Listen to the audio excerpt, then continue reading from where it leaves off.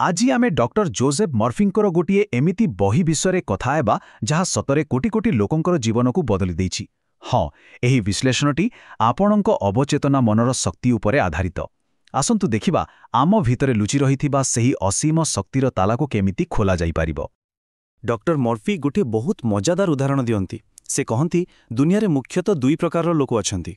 जणे हेला चुंबकीय व्यक्ति जे पूरा विश्वास रे भरपूर और सफलता को चुंबक भले निज आड़ को टाणी आणे, आ अन्य जणे हेला अणचुंबकीय व्यक्ति जे सबुबले डर आ संदेह रे बुड़ी रही थाए और जीवन रे आगु को बढ़ी पारेनी। तेबे प्रकृत प्रश्न हेउछि जणे एई चुंबकीय शक्ति पाइबो केमिति? आउ सेही चुंबकीय शक्तिर रहस्य आउ केउठी नुहे, आम निज मन भितरे ही लुचि रहिछि। चालंतु आम मन को गोटे जहाज सह तुलना करिबा, जार दुईटी मुख्य अंश अछि, जणे कैप्टेन आउ तांकर कर्मचारी दल। आमर जो चेतन मन अछि ताहा हेउछि सेही जहाजर कैप्टेन। एही तर्क करे, विचार करे आउ निष्पत्ति निए। सरल भाषारे कहिले आमे जानी शुणी जहा भी भाबु बा विश्वास करू से सबु हेउछि एही कैप्टेनर आदेश।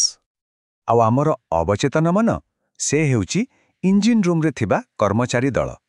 एमानंकर काम बहुत सरल। कैप्टेन जहा भी आदेश देबे ताकू बिना कोनोसी प्रश्न रे मानि नेबा। एहाई आम शरीरर सबु काम, आम अनुभव एपरिके आम अभ्यास को भी नियंत्रण करे। आउ एही संपर्कर सबुठु गुरुत्वपूर्ण कथा कौन जानते? कर्मचारी दल केबे भी कैप्टेन को प्रश्न करेनी। कैप्टेनर आदेश ठीक हो कि भूल, भल हो कि खराब, से माने बस आखि बुझी ताकू पालन करती। यार अर्थ कण? यार अर्थ हैला आमे निजकु जो आदेश दऊ आम वास्तवता ठीक सेया ही होई जाए।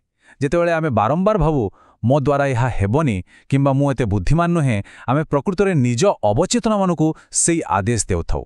किंतु जेतेबेले आमे दृढ़ भावरे कहू मु यह करि पारिबी बा मु सक्षम, आमे संभावनार नुआ द्वार खोली देउ। आसंतु एहाकु आहुरी सरल भावरे बुझिबा। कल्पना करंतु आम मन गोटिए बगीचा भली, आउ एही बगीचार मात्र गोटिए नियम अछि, गोटिए मौलिक नियम। आउ सेही नियमटी हेला अवचेतन मन ठीक आउ भूल भितरे फरक बुझी पारेनी। ताकू जेउ चिंतार मंजी दिया जाए से केवल ताकू ही गच्छरे परिणत करि दिए। एहार अर्थ एहा एक उर्वर माटी भली। आपण एथिरे फूल मंजी पकांतु कि कंटार मंजी, एहा दुईटाकू ही बढ़ाइबे। देखंतु एहा केत्ते भयंकर होई पारे। धरंतु जणे लोक रागरे बारंबार भाबुची मु ताकू मारी देबी।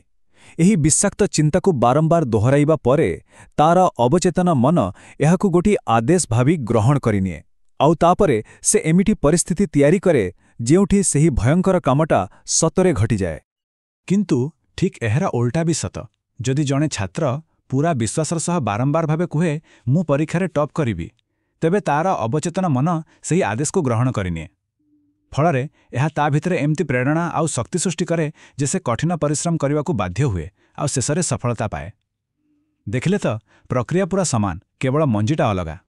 ठीक अछि, थियोरी तो आमे बुझीगले, किंतु प्रकृत कथा हेला एही शक्ति को निज जीवन रे केमिति कामरे लगेइबा। तेबे आसंतु भय, स्वास्थ्य आउ संपद भली क्षेत्र रे किछि सरल किंतु शक्तिशाली कौशल विषय जानिबा। सबुकिछिर मूलरे अछि विश्वास। डाक्तरी विज्ञान रे एहाकु प्लासेबो इफेक्ट कुहंदी। सुनिले आश्चर्य हेबे, जणे रोगीर पक्षाघात होइथिबा जीव केवल गोटिए थर्मोमीटर द्वारा ठीक होइगला, कारण तांकु विश्वास दियागला जे एहा एक चमत्कारी जंत्र। सेमती जणे गायिकांक स्वर पळैथिला, किंतु जेतेबेले तांकु कुहागला जे इलेक्ट्रिक थेरापी दिया जाउछि, तांक स्वर फेरी आसिला, जदियो मेसिनटा ऑन भी होई नथिला। तेबे आसंतु गोटे साधारण समस्या विषय कथा हेबा, भय। एही भयकु केमिति दूर करा जाई पारिबो? एथिपाई एक बहुत सरल उपाय अछि। जणे युव गायिकांकु मंच उपरकु जिबाकु प्रबल डर लागुथिला, तेणु से गोटिए 3 स्टेप पद्धति आपणाइले। दिनकु 3 थर गोटिए शांत कोठरी रे बसी शरीर को पूरा आराम देई आखि बंद करी से गोटिए सकारात्मक वाक्य को 5 रु 10 थर पूरा आत्मविश्वासर सह दोहराउथिले। आउ से कौन कहूथिले जानंती? से कहूथिले मु बहुत सुंदर भावरे गाई पारे, मु गाइबा पई संपूर्ण प्रस्तुत। बस एही छोट वाक्य को बारंबार दोहराइबा द्वारा से निज मनरु भय को हटाई आत्मविश्वास भरीदेले और शेषे एक सफल ऑडिशन देले। ठीक सेहीपरि एही नियम धन संपद आकर्षण करिबारे मध्य साहाय्य करे।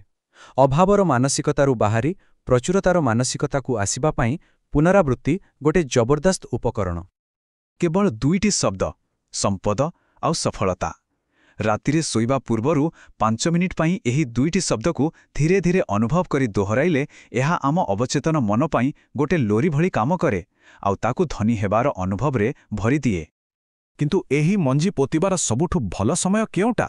ମନେ ରଖନ୍ତୁ, ଦୁଇଟି ସମୟ ସବୁଠୁ ଶକ୍ତିଶାଳୀ, ଠିକ୍ ଶୋଇବା ପୂର୍ବରୁ ଆଉ ଠିକ୍ ସକାଳୁ ଉଠିବା ପରେ, କାରଣ ଏହି ସମୟରେ ଆମ ଚେତନ ମନର ପ୍ରତିରୋଧ ବହୁତ କମ୍ ଥାଏ ଆଉ ଅବଚେତନ ମନର ଦ୍ୱାର ସମ୍ପୂର୍ଣ୍ଣ ଖୋଲା ଥାଏ। ତ ଏସବୁ କଥାରୁ ଆମେ କ'ଣ ଶିଖିଲେ? ଆମେ ନିଜ ଭାଗ୍ୟର ଶିକାର ନୁହେଁ, ବରଂ ଆମେ ହିଁ ଆମ ଜୀବନର ସ୍ଥପତି। ଆମ ପାଖରେ ନିଜ ଚିନ୍ତାଧାରା ଦ୍ୱାରା ନିଜ ଜୀବନକୁ ନିଜ ଇଚ୍ଛା ଅନୁସାରେ ଗଢ଼ିବାର ପୂରା ଶକ୍ତି ଅଛି। ଏମିତିକି ଆମେରିକୀୟ ମନୋବିଜ୍ଞାନର ଜନକ ୱିଲିୟମ ଜେମ୍ସ ମଧ୍ୟ କହିଥିଲେ, ପୁରା ଦୁନିଆକୁ ବଦଳାଇବାର ଶକ୍ତି ଆପଣଙ୍କର ଅବଚେତନ ମନ ଭିତରେ ହିଁ ଅଛି। ଏହା କୌଣସି ଅନ୍ଧବିଶ୍ୱାସ ନୁହେଁ, ଏହା ପଛରେ ବିଜ୍ଞାନ ଅଛି। ଆଉ ଏହି ନିର୍ମାଣ କାମର ସବୁଠୁ ବଡ଼ ଅସ୍ତ୍ର କ'ଣ ଜାଣନ୍ତି? ଆମର କଳ୍ପନା। ଏହା କେବଳ ଦିବା ସ୍ୱପ୍ନ ଦେଖିବା ନୁହେଁ, ବରଂ ଏହା ହେଉଛି ସେହି କାରଖାନା ଯେଉଁଠି ଆମ ବାସ୍ତବତା ତିଆରି ହୁଏ। ମନେ ରଖନ୍ତୁ, ଜଣେ ଯାହା କଳ୍ପନା କରେ ସେ ତାହା ହିଁ ହୋଇଯାଏ।